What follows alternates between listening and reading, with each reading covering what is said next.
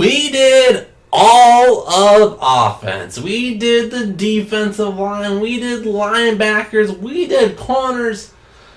Now there is one remaining. It's the safety position for the Vikings. So let's break this thing down and let's look at the current Vikings on the roster and let's look at some safeties we could draft.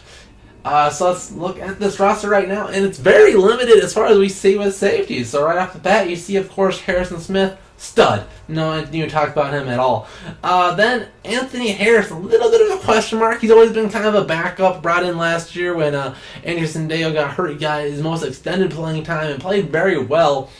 It'd be interesting to see if the Vikings see him as a future long-term starter, and if that's the case, will they be able to re-sign him with future long-term starter money? So that'll be an interesting thing there. Then, of course, Jaron Kearse, and it'd be interesting if he's only good in that big nickel role where he kind of plays linebacker in a sense on those passing downs, or if the Vikings could see him as a potential long-term starting safety that could play deep alongside Harrison Smith as well. But he definitely has a lot of potential in the role that he had last year.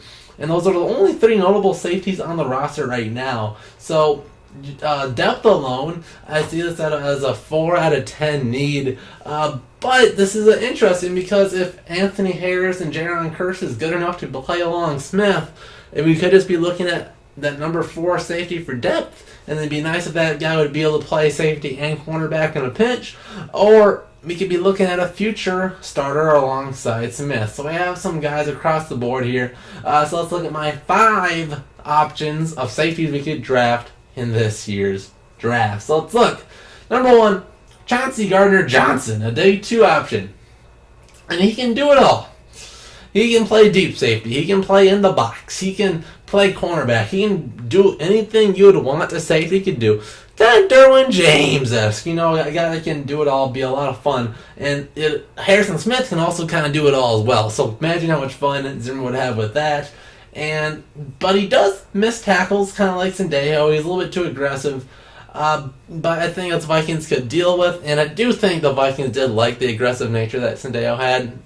But you do wonder if these aggressive safeties will last in this penalty-throwing NFL. But I do like everything else that he brings. Another option, Darnell Savage. Another day 2 options. Extremely fast, a 4.3 40. He can play in the slot. He's very smart in the slot. But he is very short against tight ends. I believe he's 5'11". When tight ends are usually 6'4" or taller, that's a matchup you don't want to deal with.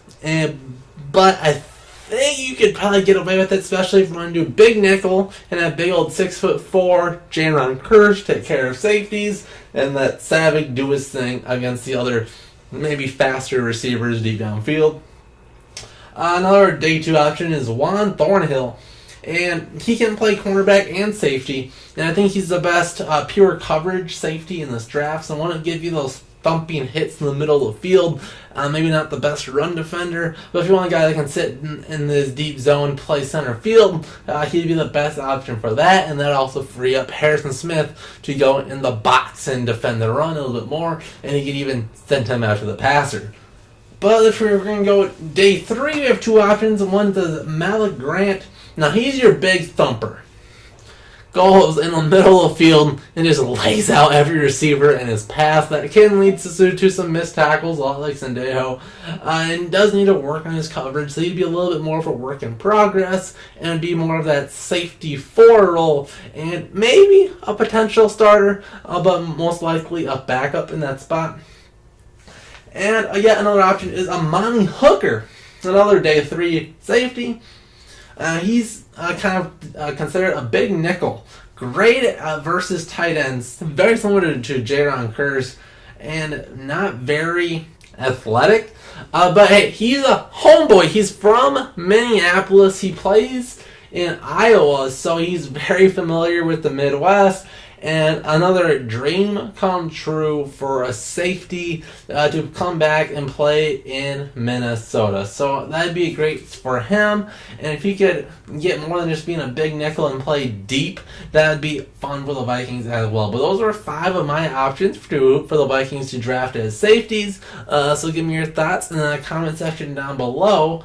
And comment of the day: is Anthony Harris good enough to get paid starting safety money long term? Give me your thoughts on that in the eye icon at the corner of this screen. We'll see you guys in the next Josie Vikings video. We're done with these, which means mock drafts are coming up shortly. See you guys then.